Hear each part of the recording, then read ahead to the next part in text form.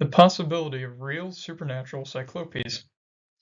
In my lesson titled Literal Giants Denial, I show how denying the possibility and existence of supernatural giants based on the presupposition that, in most cases, an explanation can't be supernatural but must be naturalistic is unbiblical and unwise, and that the supernatural fallen angel view of the origin of the Nephilim is right.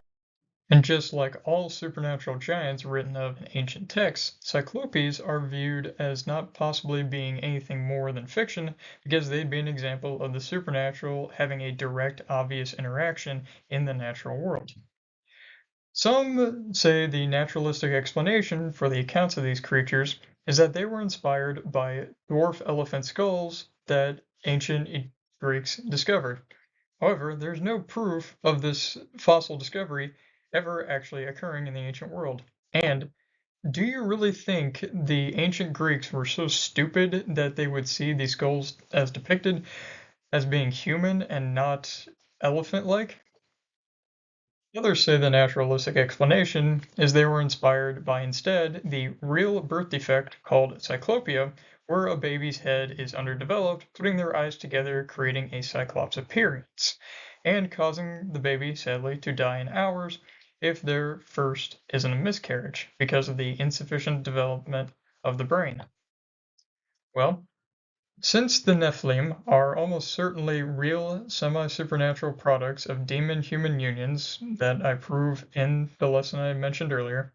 and therefore don't obey all rules of biology, hence their size and strength, I theorize that it may be possible that the Cyclopes in ancient accounts were real creatures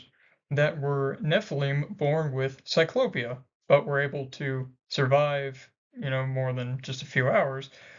due to their semi-supernatural physiology.